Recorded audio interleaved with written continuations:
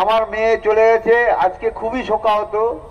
সত্যি একটা কথা বলতে গেলে মেয়ের সম্বন্ধে খুবই কষ্ট হচ্ছে। অনেক কষ্ট করে মেয়েটা আজকে এখানে এসেছিল এবং আমরাও এখানে মেয়েটাকে তো নিয়ে আসার জন্য যেটুকু পারি চেষ্টা করেছিলাম, কিন্তু একটা রাত্রে আরজি করে দুষ্কৃতীরা আমার মেয়েটার জীবনটা নষ্ট করে দিয়ে আমাদের ফ্যামিলিটা পুরো পরিবারটাকে শেষ করে দিয়েছে। আজকে আপনারা পাশে দাঁড়িয়েছেন বলে একটা মনের শান্তি যে জাস্টিস আমরা পাবোই। হয়তো আমার মেয়েটা ছোট থাকতেই, মানে খুব ছোট যখন, তখন থেকেই ওর ডাক্তার হওয়ার স্বপ্ন ছিল যে আমি ডাক্তার হব মা, অনেক লোকের সেবা করব। আর সেই সেবা করতে এসেই আমার মেয়েটা আরজি করে বলিদান হয়ে গেছে।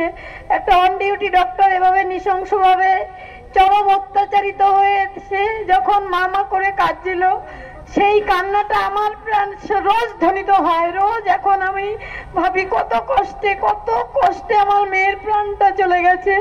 আরজিকর কাণ্ডের 1 মাস পার, এখনো অভিযুক্তরা অধরা। প্রশ্নের মুখে কেন্দ্রীয় তদন্তকারী অফিসারদের তদন্তর অগ্রগতি। তবে কোথাও গিয়ে এখনো ফিকে হয়ে যায়নি প্রতিবাদ।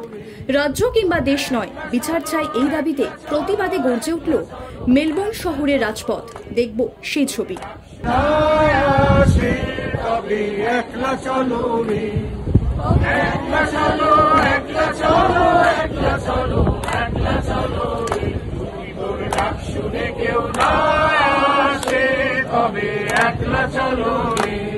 যদি কেউ কথা না কয় ওরে ওরে ও বাবা, কেউ কথা না কয়, যদি সবাই থাকে মুক্তি রায়ে সবাই করে ভয়, যদি সবাই থাকে মুক্তি রায়ে সবাই করে ভয়, তবে পরাণ খুলে।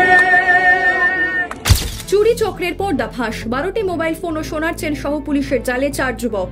সূত্রে খবর, চলতি মাসের 6 তারিখ নিউ ব্যারাকপুর থানা এলাকার একটি বাড়িতে ভোর রাতে চুরি হয়।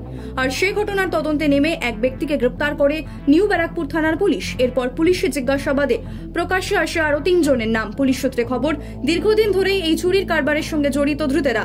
সেই সঙ্গে আর কারা এই চোরাই মোবাইল ফোন কেনা বেচার সঙ্গে যুক্ত, তাদের খোঁজে তল্লাশি চালাচ্ছে পুলিশ। ইতিমধ্যেই এই চুরি চক্রের মূল পান্ডা সহ 4 অভিযুক্তকে ব্যারাকপুর আদালতে পেশ করা হয়েছে। পাশাপাশি চুরি যাওয়া জিনিস মালিকের হাতে ফিরিয়ে দেওয়ারও তোড়জোড় শুরু করেছে নিউ ব্যারাকপুর থানার পুলিশ।